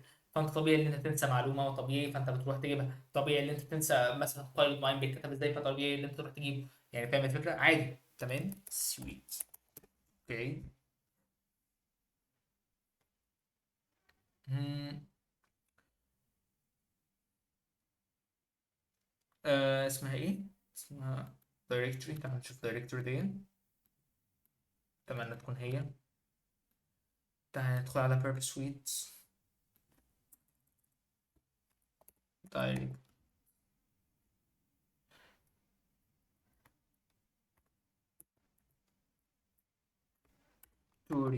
تمام، فين دايركتوري؟ في دايركتوري؟ مفيش دايركتوري برضك. إيه الغلاسة دي؟ دي حاجة غلسة جدا بصراحة يعني. عامة مفيش ولا دي ولا دي. طب ايه طيب؟ يعني الغلاسة دي. طيب تعال نشوف يمكن في حاجة تانية. آه يبقى خلاص نفكنا من أداة بيرب سويت دي، يبقى هي مش موجودة خلاص، يبقى ممكن يكون لغوها أو شالوها في آخر تحديث. مش مهم جدا.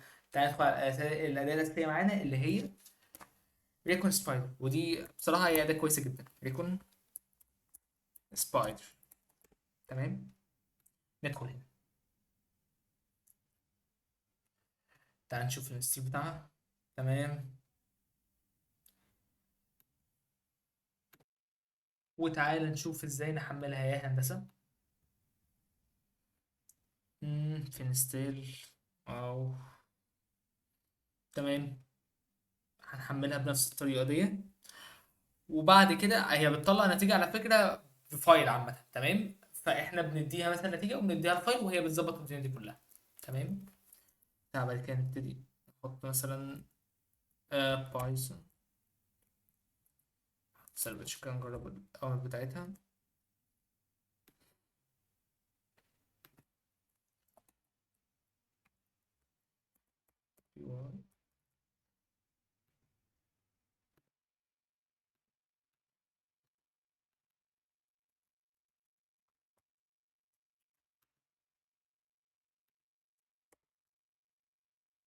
تمام، تعمل الكراول بتاعتها. تمام، حلو جدا. حفظتها في فايل اسمه result of. تعال نشوف كده الفايل اسمه ايه. اسمه result of JSON. اوكي، تعال نقرا cat result of JSON. اوكي تمام، هو ده بالظبط. هو طبعا سألك على حاجات كده، هو كان طالب منك ان انت تستخدم الاعداديه عامه عشان تعمل عمليه كراول. وطلب منك يعني شويه حاجات هنا. طلب منك الميل اللي هو بيتسجل فيه وكده، وطلب منك تقريبا كذا حاجه يعني. تمام تمام، حلو وماشيين كويس جدا جدا يا هندسه. تعالى نكمل. آه وطبعا في حاجات تانية بتعمل نفس الفكره يعني عامه، بس دي اشهر حاجات. تمام. آه ملف روبوتس بوينت تي اكس تي. بص يا معلم، روبوتس بوينت تي اكس تي ده حاجه مهمه جدا جدا لازم نركز فيها. بص يا هندسه، اول حاجه يا هندسه معانا الفكره الاساسيه للملف ده. الملف ده على فكره موجود في كل المواقع، يعني كل المواقع عامه موجود فيها الملف ده. طب هتقولي الملف ده بيعمل ايه؟ بص يا معلم، افرض دلوقتي انا دخلت مكتب شركه. مكتب الشركه دي فيها 19 باب، كل باب بيودي اوضه معينه. تمام تمام. في باب مكتوب في مثلا 5 ابواب مكتوب عليهم ايه، ورقه: ممنوع دخول لغير الموظفين. يعني هو قال لي وانا طبعا مش موظف، فانا رحت داخل الباب. تمام. طب ليه انا دخلت الباب؟ لان مفيش حد يمنعني. هو كاتب لي ورقه، بس هل الورقه هتمنعني؟ لا، هي الورقه بتعرفني الصح والغلط. بس هل هي هتمنعني؟ لا، الورقه مش هتمنعني. الورقه حرفيا هتقول لي بس انت ممنوع تدخل هنا ومش ممنوع تدخل هنا. فتعالى نشوف الدنيا فيها ايه. هو ده ملف روبوتس اوف تي اف تي يا معلم. يعني ايه؟ يعني الملف ده يا معلم لما ندخله في اول موقع، تعالى كده نشوف مثلا عايز صور. آه روبوتس بوينت تكست، يا رب نلاقي. تعالى كده نشوف هل هنا فيه. حلو جدا جدا. بص يا معلم، الملف ده لما انت يعني هو مثلا الموقع هيكون عامل كده: https التاسيس سوري، ثانية واحدة. التاسيس بوينت تي اكس تي، ونقوم مثلا كده روبوتس بوينت تكست. اوكي، طبعا مش هنلاقي حاجه هنا، بس هو المنظر هيكون كده. حلو حلو. هتلاقي جوه الملف ده هتلاقي منظر شبه كده. المنظر ده بيقول لك ايه؟ هتلاقي مكتوب لك يوزر ايجنت وديس الاو والاو. يعني ايه ديس الاو؟ بيقول لك انت ممنوع تدخل هنا. يعني انت ممنوع تدخل في الحته الفلانيه، يعني ما ينفعش عند الحته الفلانيه. هو بيقول لي ان انت ممنوع، بس هل انا فعلا ممنوع؟ لا، هو ما حدش منعني، بس هو بيقول لي قانونا انت ممنوع تدخل في الحته الفلانيه. يعني انا لو لقيت الملف ولقيت مثلا حاجه، تعالى نفتح النوت باد بتاعتنا الجميله، لقيت مثلا اللي هو بيقول لي this allow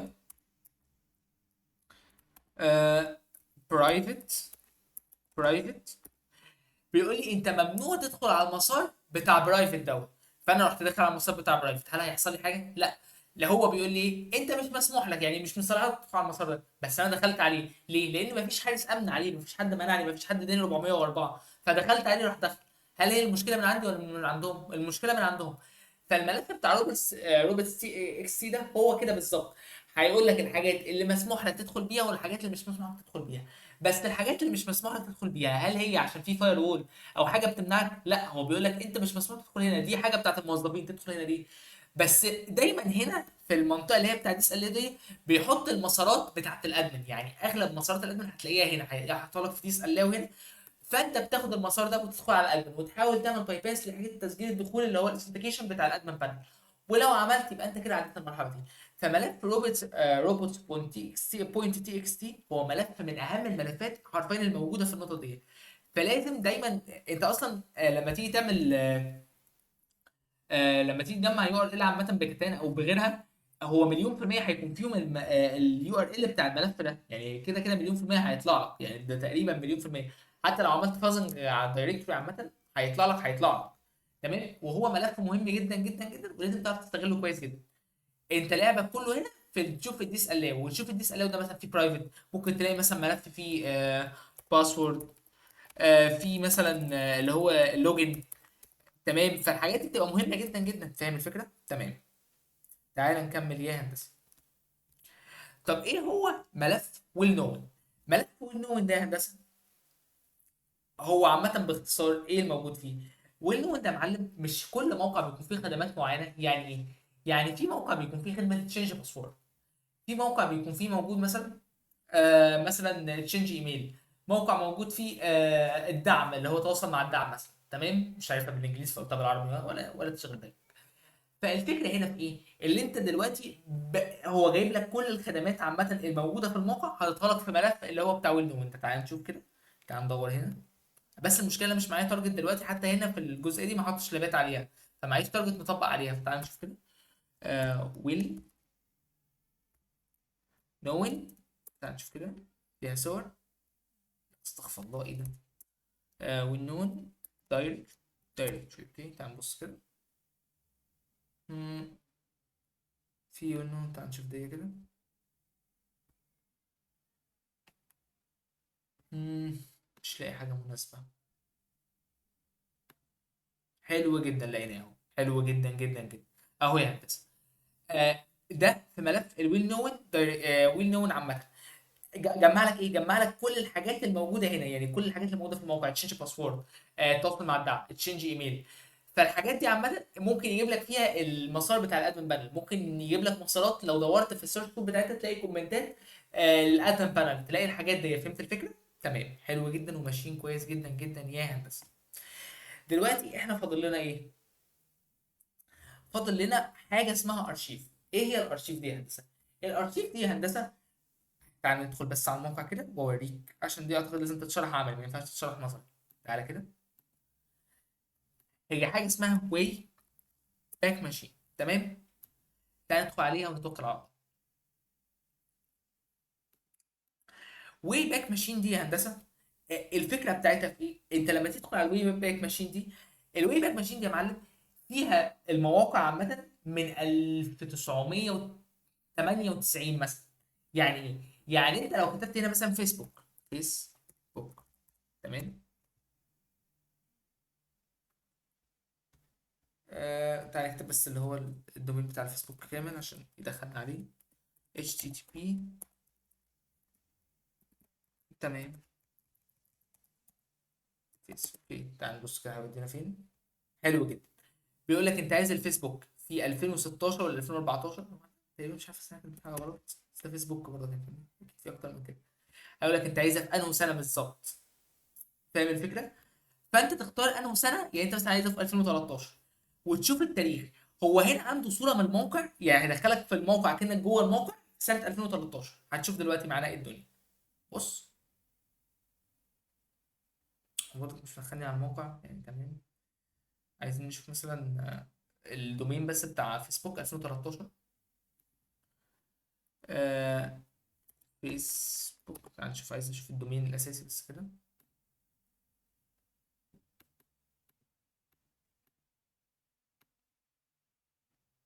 تعال ندخل كده، ناخدها كوبي، نروح لوي باك يو ار الز. دلوقتي اعتقد ان انت مش فاهم الجزئيه دي خالص، عايزك تكون فاهمها. حلو جدا. بص فيسبوك بيبتدي معانا جايب لي صور من 2004 و2005. تعال مثلا ندخل على فيسبوك 2012. تعال ندوس هنا، هندخل على التاريخ ده، هيجيب لي موقع فيسبوك كان ازاي في 2012. طب هتقول لي هو ايه الاستفاده ان تجيب لي موقع فيسبوك هو كان ازاي 2012؟ هقول لك انت ممكن تلاقي حاجه في الارشيف انت مش عارفها، يعني فاهم الفكره؟ ده يعتبر شبه الارشيف. ارشيف بتدور فيه على معلومات، حاجات قديمه، مسارات قديمه. مش ممكن المسارات القديمه دي تكون موجوده دلوقتي او فيها خطوره دلوقتي على الموقع، بس بتحمل هي تقيله شويه. حلو جدا. بص، ده كان شكل موقع الفيسبوك في 2013. فاهم الفكره؟ يعني دلوقتي طبعا، فانت اعتقد ان انت لو حد متابعني قديم شويه هيفتكر الموضوع ده، ان فعلا فيسبوك في 2013 كان شكله عامل كده. تمام. تعال لو انت مش مصدق، نروح مثلا على 2000، 2000 مثلا و16، نشوف الموضوع اتطور ازاي. نيجي هنا مثلا، نقوم داخلين هنا. الفيديو طول قوي اعتقد. الفيديو دلوقتي يعني اعتقد ده يمكن اطول فيديو عملته في القناه من ساعه ما ابتديت. بس هو الفيديو يستاهل بصراحه، يعني اعتقد ان هو لم لك حاجات كتير في الريكورد. في 3 فيديوهات على فكره عاملهم الريكون، هم احسن من المحتوى. انا بس اهتميت ان اشرح لك محتوى سي دبليو اس في الانفورميشن جاذرنج، واحل لك اللابات عامه بتاعتها. مم،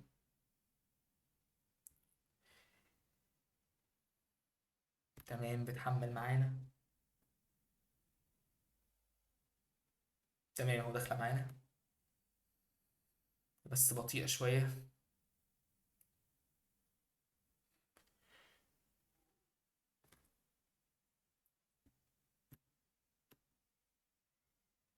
حلو جدا يا هندسه. وده كان منظر الفيسبوك في 2013، مش عارف احنا 2016 تقريبا، دخلنا على 2016. حلو جدا جدا يا هندسه. كده باقي جزئيتين معانا في الكورس يا هندسه، وطبعا هنشرحهم، يعني هشرحنا ساعه ونص، اكيد مش هنسيب الحته الصغيره دي.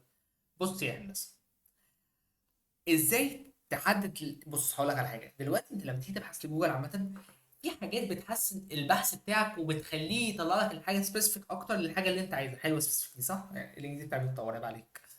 يعني مثلا احنا لو كتبنا سايت هنا، تمام، تعال ناخد دي كوبي وتعال نروح هنا.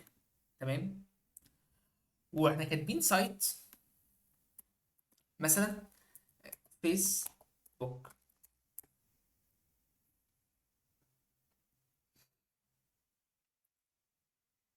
ايه ده؟ ازاي احنا كاتبينها غلط؟ طيب إيه الاحراج ده؟ اهو.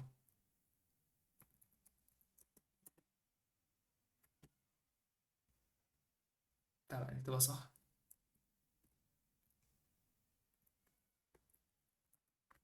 تعال نكتبها من الاول. سايت فيس فيس. تمام. هيجيب لك حاجات خاصه بالفيسبوك عامه. تمام. لو انت مثلا كتبت لينكد ان هيجيب لك حاجات خاصه باللينكد ان لوحدها. طب انت لو كتبت ان يو ار ال، يعني انت عايز في اليو ار ال بتاعك يكون فيه كلمه مثلا لوجن، هيجيب لك الحاجات اللي فيها كلمه لوجن بس في فيسبوك. تمام. يعني شفت انت بتعمل حاجات سبيسيفيك اكتر. طب تعالى هنا، انا هنا مجمعهم لك اصلا في فايل، وهبعت لك الفايل ده اصلا. تمام. حلو جدا. لو انت عايز فايل تايب، يعني انت عايز تدور على نوع معين من الملفات، تقوم جايب ايه؟ يعني مثلا تعالى هنا ناخد دي، ونقوم جايبين هنا. تعالى، آه احنا جايين هنا، نقوم جايين هنا. تمام. كنترول في، نشوف كده هل في حاجه هنا الفيسبوك بي دي اف؟ صعب بي دي اف. تعالى هنشوف حاجه جي اس كده. شوف ده انا جي اس عشان ده جافا سكريبت، يعني ده فيسبوك برضه، فاهمني؟ آه تمام. بس ده فايل تايب، يعني انت بتبحث عن ملف معين. تمام. اوكي، هو الملف شغال بس هو مش لاقي حاجه عامه. تمام. تعال نشوف ايه تاني معانا. آه ان تايتل. يعني ايه ان تايتل؟ يعني انت بتدور على حاجه معينه في الصفحات، حاجه معينه في التايتل بتاع الصفحه عامه. اوكي. تمام. يعني ايه مثلا؟ تمام. لو انت هنا كتبت ان تكست، يعني انت بتدور على كلمه معينه في الصفحه بتاعتك يعني. تعالى هنا اقول لك، تعالى نكتب دي، حلوه جدا. تعالى نشوف هنا فين المكان اللي احنا كنا بندور فيه. اوكي، مسحت فايل تايتل دي. تعالى مثلا نيجي هنا نقوم عاملين كده وجرب. ايه ده؟ تمام، ده كده مش روبوت. اوكي تمام، احنا دورنا على ريسيت باسورد وجابها لي على طول. تمام، حلو جدا جدا. تمام، يعني دي حاجه سبيسيفيك بتحدد الحاجات بتاعتك، وكل دي حاجات هتستخدمها. عامه جوجل بتساعدك على الاختراق، وبتساعدك ان انت تطلع نتائج احسن وانت بتدور عامه. تمام، بدل ما تطلع لك نتائج كتير بشكل مش منظم عامه. وعلى فكره انا ساعات بستخدم الحاجات دي عامه في الباك باونتي، يعني بكتب ان يو ار ال واكتب باك باونتي مثلا، او اكتب اي حاجه لو انا عايز ادور اشوف المواقع اللي هي المنشوره اللي هي فاتحه برامج الباك باونتي، وانا رحت اشوف فيها ثغرات. حلو، حلو جدا جدا جدا. تمام يا هندسه، احنا كده فرضنا الدنيا، فاضل لنا بس جزء واحد بس. ايه هو الجزء الواحد؟ في على فكره ادوات عامه بتستعمل لك عمليه الريكون كامله، زي فاينل ريكون وحاجات زي كده. دي انت ممكن تحملها وتتعامل بيها عمليه الريكون كامله جدا. هو في السي دبليو اي اس عامه مش جايب لك طريقه استخدامها، هو كاتب لك بس كاتب لك بس الاداه. فانت مثلا لو قلنا عايز تيجي تحمل فاينل ريكون. تمام، فاينل ريكون. تمام. اه، لا لا لا.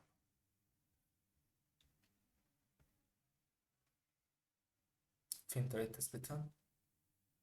تمام، فين طريقه التثبيت يا باشا؟ فين طريقة التثبيت؟ هي دي. تمام، وبعد كده بتشغلها والدنيا بتمشي، وبعد كده بتحط عليها وتجرب التارجت بتاعك. حلو، وهي هتعمل لك عليه ريكورد. وعلى فكرة في ادوات دلوقتي اللي هي بتستخدم الاي بي اي بتاع كلاود عامة. في اداة اصلا نازلة الريكون جديدة اللي لسه نازلة، اللي هي تقريبا استنى اشوفها كده. كانت هنا والله، ثانية. اي اي باك باوند تول جيت هاب تقريبا، كانت هنا والله، مش عارف هي دي. دي على فكره بتطلع نتائج حلوه جدا، يعني بتعمل لك اصلا، بتجمع لك كل حاجه، اليو ار ال، وتجمع لك الباك باونت، وتجمع لك الحاجات دي كلها وتحطها لك في ملف. دي كويسه جدا على فكره، بس هي المشكله حجمها تقيل شويه، حجمها تقريبا 10 جيجا، عشان انت بتحمل الموديل بتاع الاي اي كامل عامه عندك على الكمبيوتر. فاهم الفكره؟ بس هي بصراحه اداه تحفه، تحفه فنيه والله، يعني ما شاء الله. حلو، حلو جدا جدا يا هندسه. دلوقتي فاضل اللاب الاخير يا هندسه في الكورس، اللي هو سكيل. سكيل ده انا هسيبك تحله، على فكره هو صعب، يعني هو مش سهل خالص، لا هو صعب فعلا. فاحسب لك تحله، مش هحله انا عشان بس اضمن ان انت تكون استوعبت كل الحاجات اللي انا قلتها. هو تدريب على كل الحاجات اللي انا قلتها، ومدخل لك كل الافكار اللي انا قلتها في بعض. ولو حد وقف معايا مشكله يجي يدخل لي على البرايفت، انا سايب كده كده اللينكات بتاعتي في الوصف، عشان بس اضمن ان انت تحله. اتمنى تكون فهمت. احنا النهارده فرضنا اللي هو انفورميشن جاذر بتاع سي دبليو اس، خلصناها خالص. اتمنى تخلصها، تشترك بالايميل الجامعي تقريبا ب 450 جنيه. لو انت مش مشترك، لو انت ما عندكش قدره ماليه، انا شرحت لك البتاع كامل، ما سبتلكش معلومه والله، يعني انا شرحت لك الحمد لله شرح كامل موفق جدا. اتمنى تكون فهمته، اتمنى تكون ما فيش نقطه. لو في حاجه انت مش فاهمها ادخلي على الواتس، انا برد في اي وقت على فكره. ان اصحى انا نوم متقطع، يعني انت ممكن تلاقيني 6 ساعات الفجر ما رديت ونمت تاني يعني. ما تقلقش. اتمنى تكون فهمت، اتمنى ربنا يوفقك. عايز بس ابص على عشان اشوف لو في اي لاب، ما بس ما اعتقدش ان انا سايب اي لاب عامه، غير اللاب الاخير اللي هو السكيل، اللي هو بيعمل لك لاب كده مجمع كل الحاجات اللي انت اتعلمتها هنا وبتستخدمها. بالتوفيق يا رب. اه صح، قبل ما نقفل في حاجه هو ما ذكرهاش في اللاب، بس هي طبعا مهمه جدا، انا مستغرب اصلا ان هو ما ذكرهاش في اللاب. تمام، نعمل كاري. تمام، في الانفورميشن جاذرنج عامه لازم هتكتشف مسارات، هو ما ذكرهاش في اللاب عامه، وانا مش فاكر ذكرها والله، بس مش مهم، تعال نقولها انا وانت. بس هو ما اعتقدش ان هو ذكرها وما ذكرهاش عامه. دي هنا انت بتكتشف مسارات، لا كده مش صح، كان بتكتشف مسارات. تمام، بتحط كده. اقصد على فكره هو ما ذكرهاش في اللاب على فكرة. ما ذكرهاش اصلا في الكورس، فاستغربت اصلا انه ما ذكرهاش. تمام، وبتحط فاس كده. انت هنا بتعمل اسمها دي، بتعمل فاسنج على المسارات ذات نفسها. الفاسنج على المسارات مهم جدا، وقلت لك ان دي من العمليات اللي دايما بتطلع معاك النسبه كبيره، هتطلع معاك اللي هو المسار بتاع الادم بانل. وانت لو وصلت المسار الادم بانل، ممكن بحته ايدور صغيره جدا ان انت توقف الطلب وتعدل من فورس لترو، وممكن تمشي معاك. على فكره الحته دي موجوده كتير جدا، وبتبقى موجوده كتير جدا.